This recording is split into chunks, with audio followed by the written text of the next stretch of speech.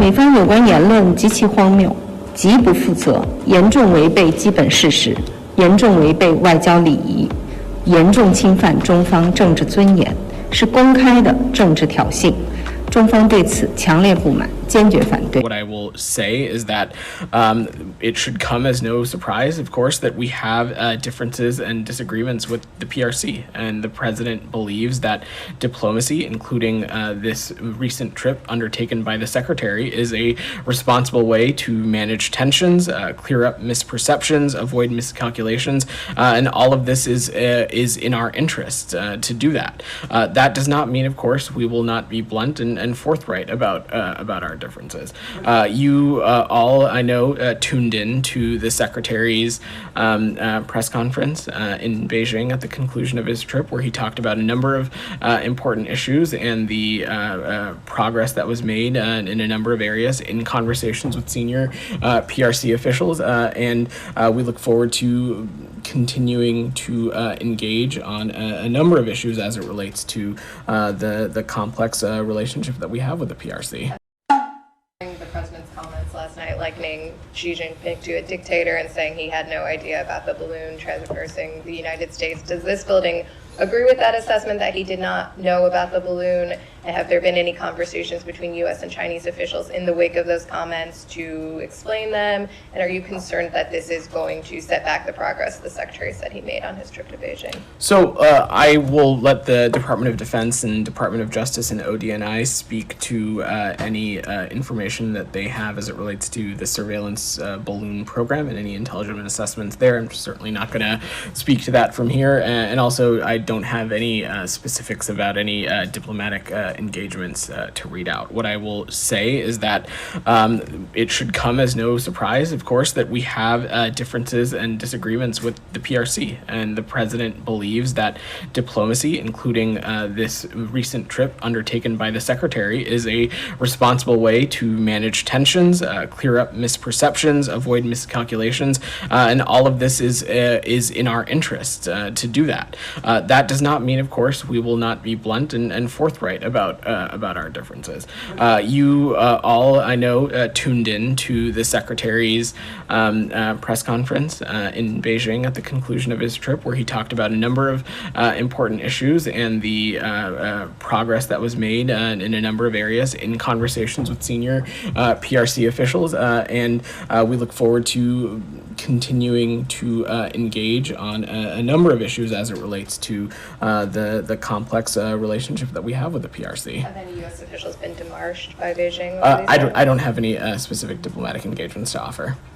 Let me go to Olivia, then I will run. Go ahead. Just to follow up on Jenny's question, because some lawmakers have called for more transparency into what we learned from and about the surveillance balloon. I know you just deferred to other agencies, but do you think that that would be constructive or detrimental to the relationship with China to reveal some more? I'm just not going to parse or offer insights on a hypothetical, and the provision of additional information on this program would certainly come from elsewhere, and so I would refer to those agencies on that. Go ahead, Alex. Just to clarify, the comments that, given what happened during the past 24 hours, the progress that Secretary had appeared to have made, do you think that has faded or wasted? Absolutely not at all. We believe that engagement and dialogue and diplomacy are integral to a number of the issues that we think are important as it relates to our bilateral relationship with the PRC. And there are a number of areas addressing the climate crisis, getting home wrongfully detained American citizens, securing cooperation as it relates to the provision of fentanyl and fentanyl precursors, and defending the economic interests of U.S. workers and companies. Those things happen through dialogue and engagement. And it's also, as I noted in speaking to Jenny's question, it's something that the president also knows and believes is critically important to ensure that there are no miscalculations made and no misperceptions happening. About the Secretary's comments that he made in Beijing on Russia and China, some of us have covered that because, based on your statements in this room. But we all also know that the Secretary has gone from suggesting that Chinese government might decide to provide weapons to Russia to calling Chinese officials in Beijing to be vigilant to ensure that Chinese companies are not doing so. I'm just wondering, I understand diplomacy is how you guys are making a living in this building, but if this rhetorical shift suggests that concerns that Chinese government might get involved into this war is evading.